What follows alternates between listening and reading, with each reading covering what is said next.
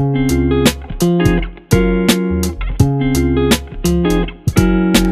mga Jai! Ngayong araw nga ay nagsiselebrate tayo ng Reading Month celebration. Si Jaden at si Sian nga ang napili sa section nila para mag-represent ng section nila. Eto nga at may paparade pa sila. Ang theme nga ng grade 1 is Marvel. Kaya dali-dali ako Jai nag-order ng costume nga ni Jaden. Eto nga at napili ko nga si Captain America para maging costume niya. Jai, tignan mo, complete accessories yan, pati mga sapatos kung anik-anik pa. Talagang mong pinaghandaan ko, Jai. Per grade level nga, magkakaiba sila ng theme. Merong Disney, at meron namang novel. Meron din namang galing sa book. At dun nga sa grade 6 ko, sa kanya naman ay anime naman sa kanila. Ang gaganda at ang cute nga ng mga costume ng mga bata. Talagang maaaliw ka sa panonood sa kanila. Talagang nag-effort nga yung mga bata para maka-join ngayong araw na ito. Tingnan mo naman, talagang ang gaganda. Ito nga yung anak kong grade 6, si Itachi sa Naruto ang napili niyang i-costume. Dahil hindi ko nga akalaing sasali yung anak ko dahil sobrang mahiyain talaga to. Pero ito, sumali. Ito nga at mauuna nga ang grade 1 sa pagrampa. Dito nga ako pumwesto sa harapan para makita niya ako agad. Gusto ko kasing makita niya ako para turuan ko siya kung anong popost niya, Jai.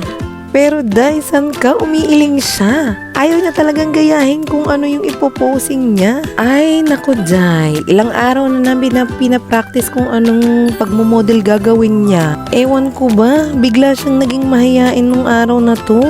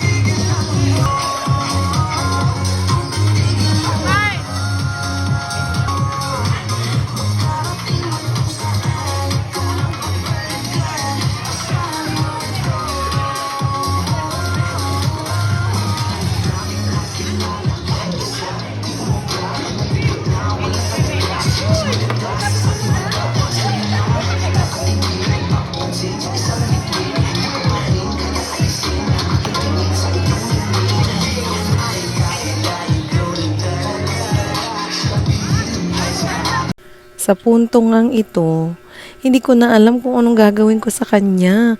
Mukhang nang-iiyak na talaga siya, Jai. Nag-aalala nga ako dahil paiyak na talaga siya at mukhang nagagalit sa akin. Hindi ko alam kung bakit. Dinisenyasan ko siya na umismile siya. Kaya kahit na umiiyak siya, umismile na siya, Jai. Umiyak na talaga siya dyan. Hindi ko talaga akalaing iiyak talaga siya. Nag-alala nga ako at baka mag-hysterical siya. Kaya napapaisip nga ako kung bakit siya biglang umiyak. Ito nga papakita ko sa inyo.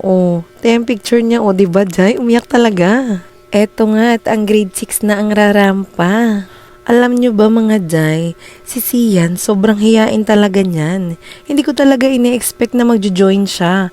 Kaya nung sinabi niya na magjo-join daw siya, hindi na ako nagdalawang isip pa at binilihan ko na nga din siya ng damit. Tachi po. Loro. Tupi po.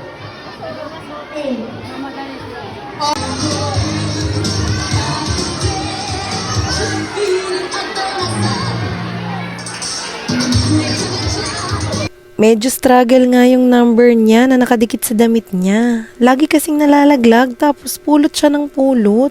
Sumisigaw na nga ako na sabi ko hawakan na lang niya yung number niya para makita naman agad ng judges kung anong number talaga niya at para itsurang pinagmamalaki niya na siya si number 9. Jai, hindi na nga ako nakapag-video.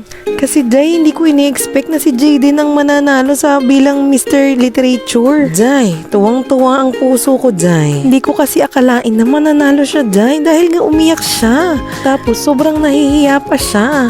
At hindi lang talaga to, Jai. Nag-first place din yung grade 6 ko, Day. Grabe, Day. Tuwang-tuwa talaga ako, Day. Proud na proud ako sa mga anak ko. Hindi ko talaga kasi akalain na magjo-join silang dalawa dahil parehas nga din silang mahiyain talaga. Lalo na yung grade 6 ko.